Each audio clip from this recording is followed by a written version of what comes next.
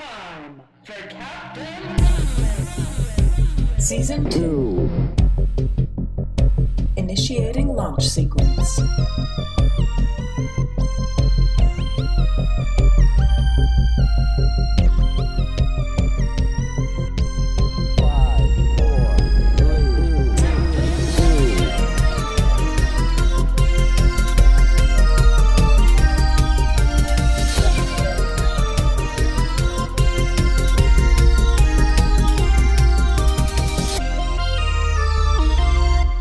These are the adventures of Captain Radio. After being lured to a remote lighthouse by interstellar industrialist Madame Celesta, Captain Radio, Andromeda, Orion, and Ace were transported across space to a mythical planet alongside the stowaway Pollux von Luna, where they may have no choice but to help her find a hidden treasure.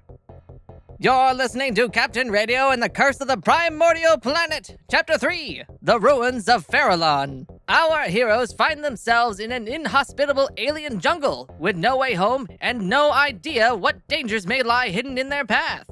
But 2 members of their troop are missing. Remind me never to travel that way again. Hang on. Where are Xavier and Ace? Not to worry. The matter transmitter's guidance crystals are thousands of years old. They're not as pinpoint accurate as they used to be. I'm certain your friends are quite safe somewhere nearby. We're going to find them this instant. And you're going to help us, Madame Celesta.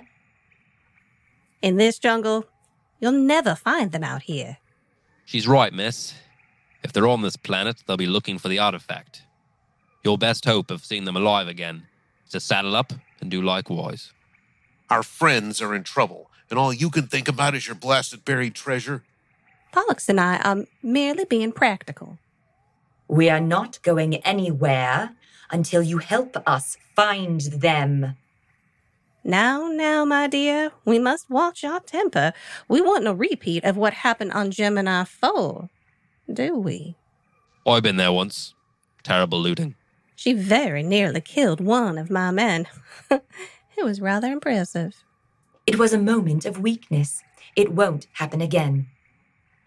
Feels good to lose control sometimes, doesn't it? You're still feeling the effects of the dimension gate, aren't you? Andromeda. I'm fine. Let's get on with it. Where is this artifact you're all so desperate to find? Not far. Less than a day's journey, I reckon. The temple should be due north of here. What are we waiting for? Let's go. It's getting late. You don't want to be caught in the deep jungle after dark. We should make camp here and strike out at first light. Fine by me. I'll get us a fire going. Does that meet with your approval, princess? I'm not a princess. Oh, my mistake. Just the daughter of a regular old baron. That's a matter of perspective. Some people will always see me as a commoner. We're cut from the same cloth, you and I. I'll always be tied to my family fortune, no matter how many archaeological accomplishments I rack up. This must be a dream come true for an archaeologist. Oh, you have no idea. I almost can't believe my eyes. Ferrilon at last. Quincy would have loved this. You love him very much. I can sense it. And you care for your dashing young count. Enjoy it while it lasts, honey, because love has a way of slipping from your grasp. What happened to him? Quincy and I were school sweethearts, but we both had our callings. I had the family business to run, and he was a physician with the St. Parageet Benevolent Aid Society. He went into war zones. I didn't want him to go. We could make a donation, I said. We could fund the society until the heat death of the universe. But he insisted. He wanted to save lives, to help those less fortunate. But he didn't come back. Please excuse me. I don't usually talk about the war. What did you mean about me and Xavier? I'm sure you have nothing to worry about. It isn't as if he's risking his life every day. Someday, he'll stop playing vigilante and settle down with a nice countess by his side. Something to look forward to. Assuming you're the one he chooses. Well, it's been a long day. I think I should turn in. So you're the Pollux von Luna who robbed the Bank of Serpentarian. Twice, actually. The butcher of the trinary systems? They say your desire for wealth is only surpassed by your thirst for blood. What of it? I've heard stories about you in every dive bar and spaceport in the Imperium. You're a legend. And so far, I can't say that you live up to the myth. Never meet your heroes. Where's your ship? Where are the 100 outlaws who make up your crew? The Pollux von Luna I've heard about wouldn't need to stow away to get where he was headed. What do you want me to say? It's all a lie, isn't it? Give a guy some credit. I did kill a man in the trinary star systems. I may have embellished the story a bit, but how am I supposed to operate unless I've got me a fearsome reputation? And the Bank of Serpentarian? They were so terrified, they practically begged me to take whatever I wanted. Turns out a reputation is a powerful ally. I suppose that detonator shoots confetti. Oi, it's real. Not sure if it works or not, but it's a genuine article. Unlike me. What exactly is this artifact you're so desperate to get your hands on? The lithostar is said to have been forged in the Big Bang itself. It's rumored to have supernatural powers. Whatever it is, it'll make me richer than the platinum moons of Vega. Spoken like a true grave robber. Oi, I don't rob graves. Not anymore. At least I won't have to, once the lithostar is mine. I've got my eye on a quiet planetoid in the Libra constellation, where I can retire and let my legend fade into memory. That's not something I expect someone like you to understand. I'm no hero. I'm just a smuggler waiting for my next run. Actually, I'm a lot more like you than I'm like Captain Radio. But it's been a nice change of pace to take a break from that life. I can see the appeal of a fresh start. We could team up, you know. Take the stone for ourselves, split the profits. No thanks. I saw the death mark over that door. I don't want anything to do with it. We're just here to find the captain's friend, and we'll be on our way.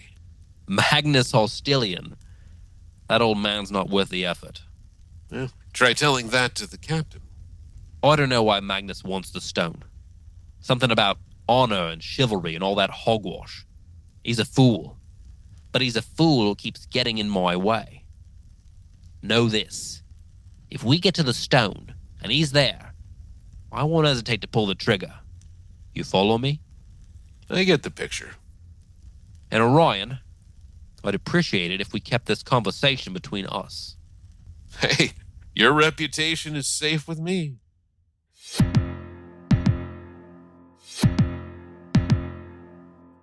Meanwhile, miles away on the far side of the impenetrable jungle, Captain Radio and Ace find themselves alone on an alien world. Captain Radio gets to his feet and blinks into the light of the emerald sun. Where are we, Ace? I can confirm we are 25,000 light years from our last position. Any sign of the others?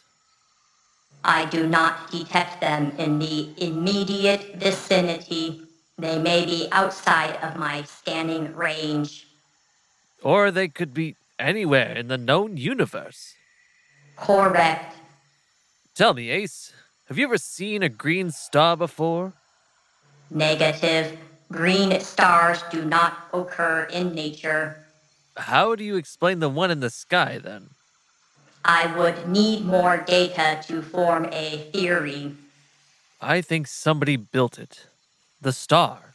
This planet. I think it was all engineered for a purpose. And I intend to find out why. Do you suspect a trap like the one we encountered in the catacombs of Delta Argos? I'm not sure yet. I just have a feeling this place isn't what it seems. Oh, come on. Let's find the others.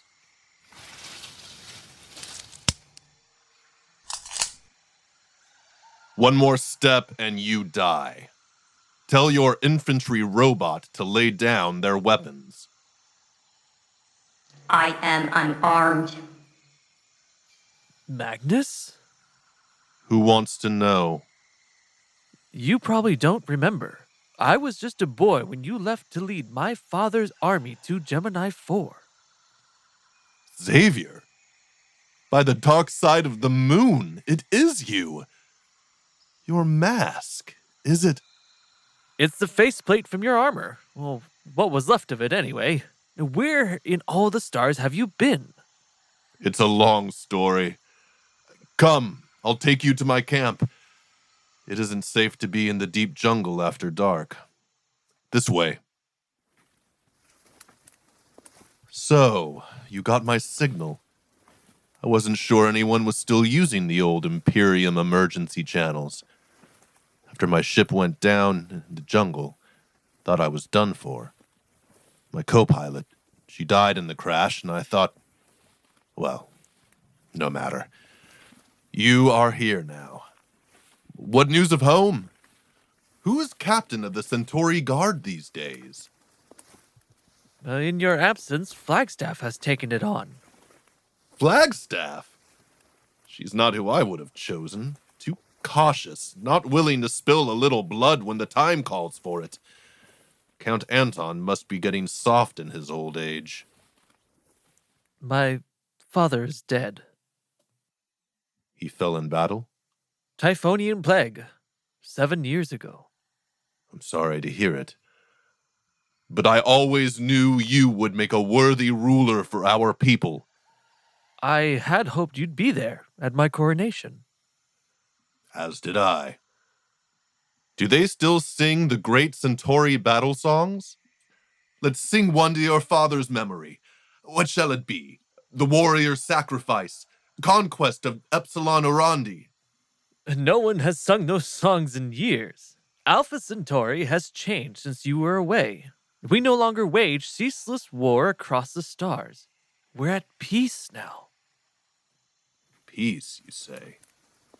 And what of your infantry robot? You say the wars are all finished, and yet you travel with one of the king's own killing machines. I am no longer in service to the Imperium. I have a new purpose. Who does the king call upon when his enemies are at the gates of the throne of Jupiter? In my day, the Centauri Guard was known across the universe for its fighting prowess. Those days are over. There's a new queen on the throne, and she's withdrawing the last of the Imperium's forces from the Scorpius constellation. Peace with those blasted crustaceans? I guess things really have changed since I've been away. Where have you been? It's been 15 years. We thought you were dead, Magnus. When you and the Opticon both disappeared, I know. I thought I was dead too. I fought the beast from the fires of Hydra to the cauldrons of Cassiopeia, but it was too strong. By all rights, I should have died.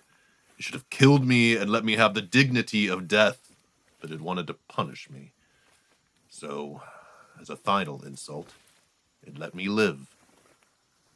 you could have come home. I swore on my sword that I would not set foot on Alpha Centauri until I accomplished my mission.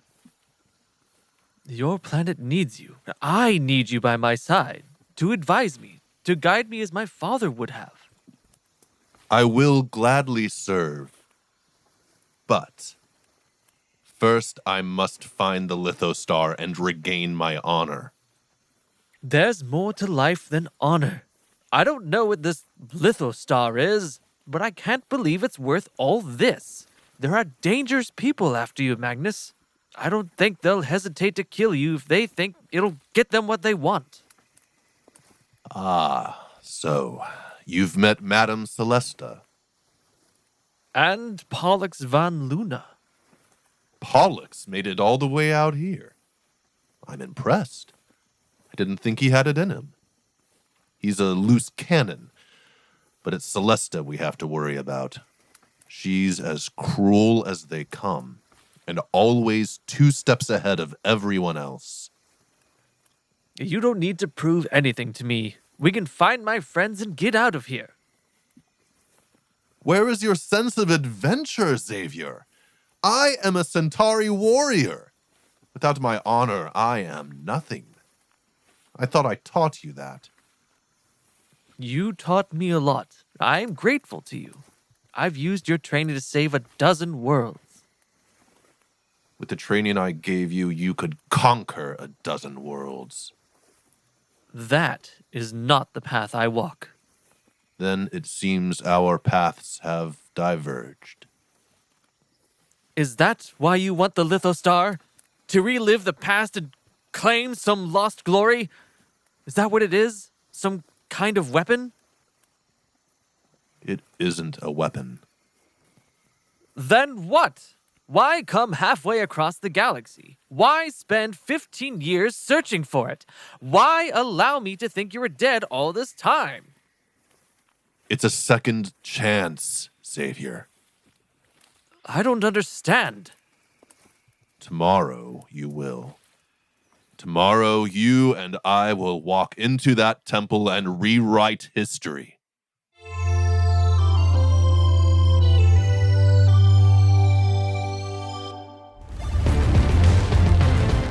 We interrupt this radio program to bring you a breaking news bulletin. 3 days ago, American astronaut Amelia Earhart blasted off from the International Complex in Ceylon on an unprecedented mission to become the first pilot to complete a solo flight around the Earth and the Moon. Just moments ago, IAC Mission Control lost radio contact with Earhart's space capsule, Electra 1, as it passed behind the Moon. Now the clock is ticking as the world holds its breath, waiting for Earhart to emerge on the far side. Stay tuned for further updates. We now return to the adventures of Captain Radio. Our heroes spend a restless night on an ancient planet of Ferrilon, waiting for the confrontation that will come with the dawn. As the green sun crests the distant mountains, Captain Radio wakes to the sound of approaching footsteps.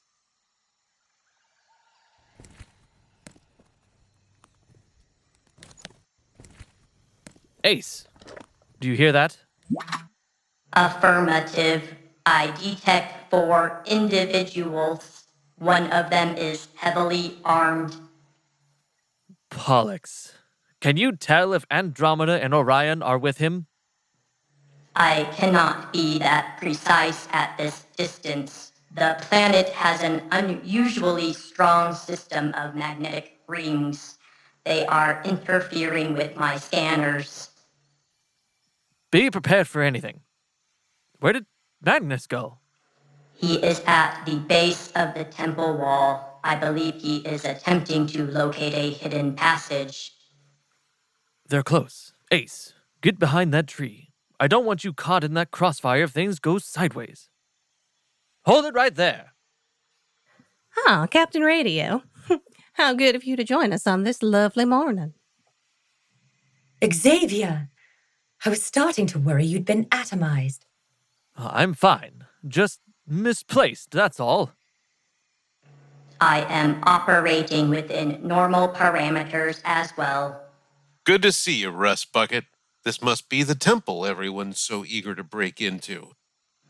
I estimate the walls are at least 10 feet thick. If it is indeed a Sargassian structure, it may be impossible to enter. Your tin-plated friend is correct. The Sargassians were keen not to have their dead disturbed in the afterlife. They designed their tombs to be perfectly sealed labyrinths. So, how are we going to get in? Explosives? Or will that anger the gods and bring the curse upon us? Ain't no such thing as curses. But if you damage this archaeological site, it'll be the last thing you do. Whoever built this would have wanted it to be able to retrieve the Lithostar. There has to be a way in. Before they can continue, Magnus returns from inspecting the structure. Pollux raises his weapon, but Captain Radio draws his own ray gun before he can fire. Not so fast. Madam Celesta, I thought I felt a chill. Must be the ice water in your veins. Magnus, you old space dog. How's the leg? Worse since you shot me. I did warn you first. Where's Aquaria? She didn't make it. Always knew she'd walk through the fires of Hydra for you. Poor thing. More blood spilled in your hopeless crusade. By the storms of Neptune, is that Osiris's girl I see? Hello, Magnus. Andromeda! How you've grown! You look just like your mother. Are your parents well? They are. After Gemini 4, my father was made Baron of Proxima. Good man. One of Alpha Centauri's finest. How did you end up following Xavier all the way out here? Xavier and I... Yes, we're... Well, As much as I'm enjoying this little reunion, we ought to keep moving. She's right. Did you find a way in? Yes. It's a small passage, but I think I could just make it through. There's no telling what I'll find inside. It would be best if you all stayed here until I've scoped it out. It's not a chance in all the cosmos that you're going in there without me. Or me? everyone lower your weapons. This is ridiculous. We'll all go. A truce? I reckon so, but only until we get to the Lithostar. Lead the way, Magnus. Together, they approach the sheer stone wall.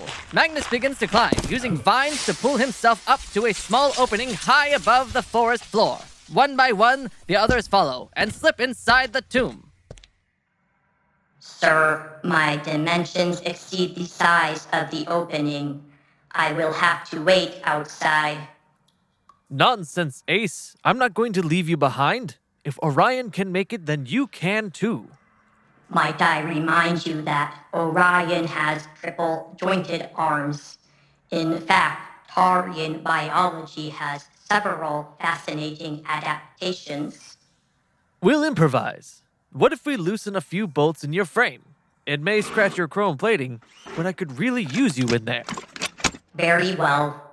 Ace drops down through the hole, metal scraping on every side. Captain Radio follows close behind, his movement swift and sure. The interior of the tomb is pitch black and cold as death. Orion lights a match, illuminating a long, low tunnel festooned with spider webs. Orion holds the light up to a symbol etched above an arched doorway. There it is again. The Taurian death mark. There's still time to turn back, you know. No shame in that. Typical Taurian superstition. We've come this far. I am not turning back now that the Lithostar is nearly mine. We'll see about that. Enough! Let's just get it and get out of here as quickly as possible. Which way? Sargassians oriented their buildings to align with the planet's magnetic field. The most sacred places were closest to the field lines. Anyone got an astro compass handy? I do. Let's see. Should be down this corridor and slightly to the right. Unless Madame Celesta is deliberately throwing us off the scent.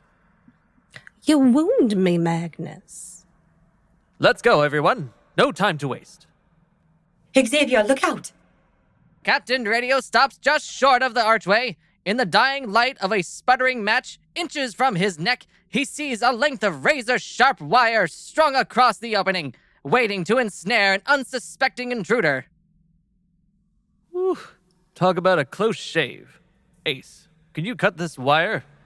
Affirmative. Everyone, please stand clear. Are there going to be more traps like that down here? You're not afraid, are you, Pollux? You ought to hold your tongue, old man, or I'm going to vaporize it. I prefer to let my sword do the talking. No one's getting vaporized or skewered.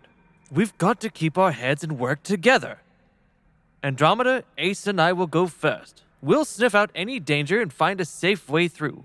Magnus and Orion will bring up the rear. The rest of you stay quiet.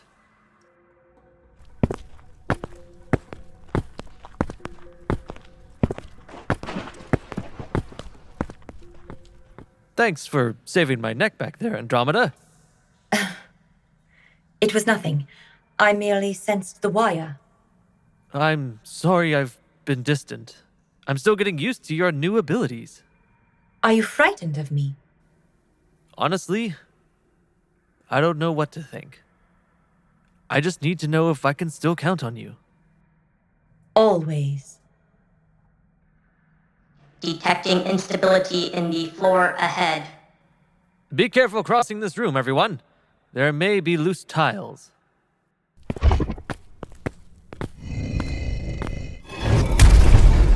Look out!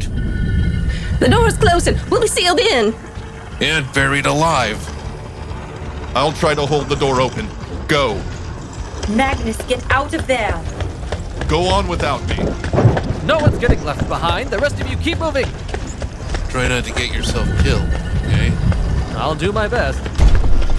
As the rest of the group make their escape, Captain Radio fights against the tide of sand. He finds Pollux' detonator in the current before he reaches Magnus, who is trapped by the closing stone door and buried up to his shoulders in a fine black powder. Magnus, take my hand. I thought I told you to leave me. Don't try to be a hero.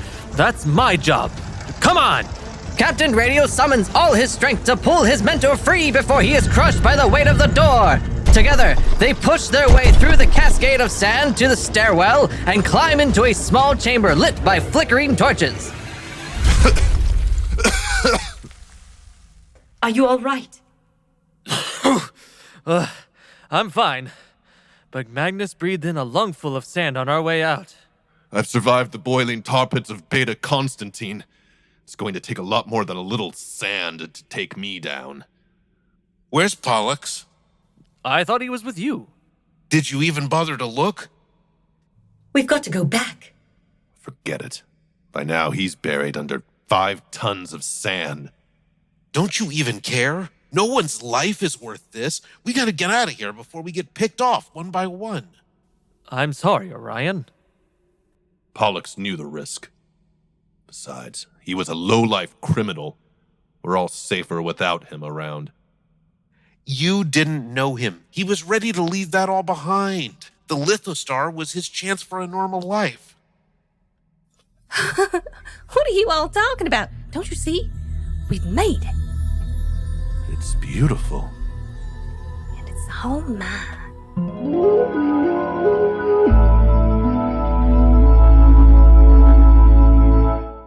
You've been listening to the adventures of Captain Radio. Can our intrepid treasure seekers find a way out of the ruins?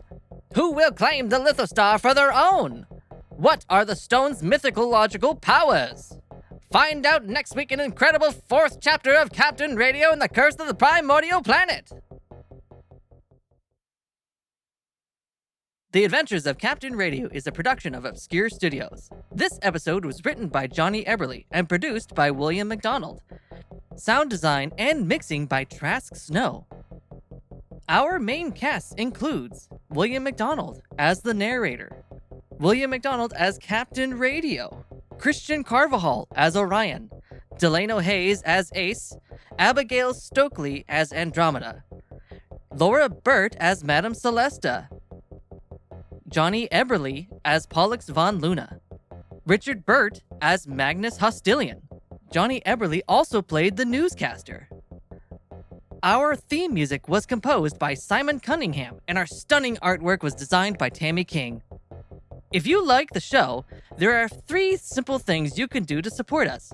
The easiest thing to do is to leave us a rating and review wherever you're listening right now.